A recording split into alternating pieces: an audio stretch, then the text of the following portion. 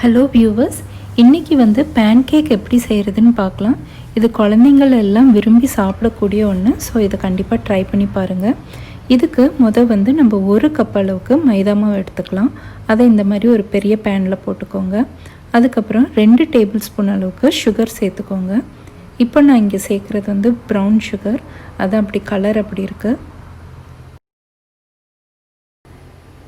இது கூடவே baking powder ஒரு 1/2 ஸ்பூன், 1/4 ஸ்பூன் அளவுக்கு பேக்கிங் சோடா, 1/4 ஸ்பூன் அளவுக்கு உப்பு. ஸோ இப்போ இந்த ட்ரை மிக்சர் அவ்வளோத்தையும் நல்ல ஒரு ஸ்பேச்சுலா வச்சு நல்லா மிக்ஸ் பண்ணி கொடுத்துருங்க.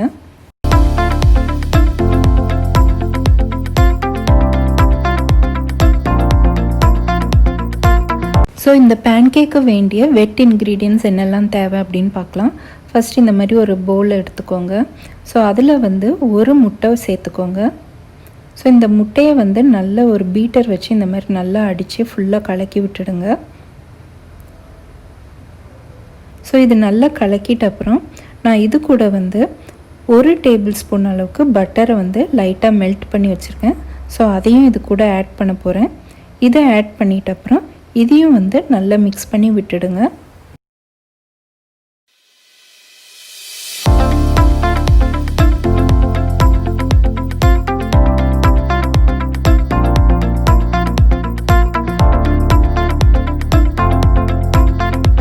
இப்போ இது கூட 1/2 கப் அளவுக்கு கெட்டி தயிர் சேர்த்துக்கோங்க. ஸோ இந்த முட்டை பேட்டர் கூட இது எல்லாத்தையும் ஒன்றா மிக்ஸ் பண்ணிடலாம். ஸோ இதை வெட் இன்க்ரீடியண்ட் அப்படின்வாங்க.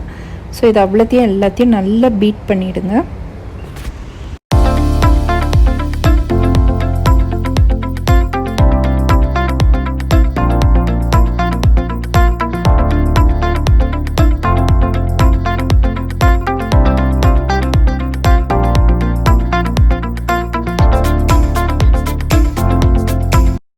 ஸோ இந்த வெட் இன்க்ரீடியண்ட்டை நம்ம மாவு தயாரித்து வச்சுருக்கோம்ல, ஸோ அந்த ட்ரை மாவு கூட எல்லாத்தையும் ஒன்றா சேர்த்து மிக்ஸ் பண்ணிவிடுங்க.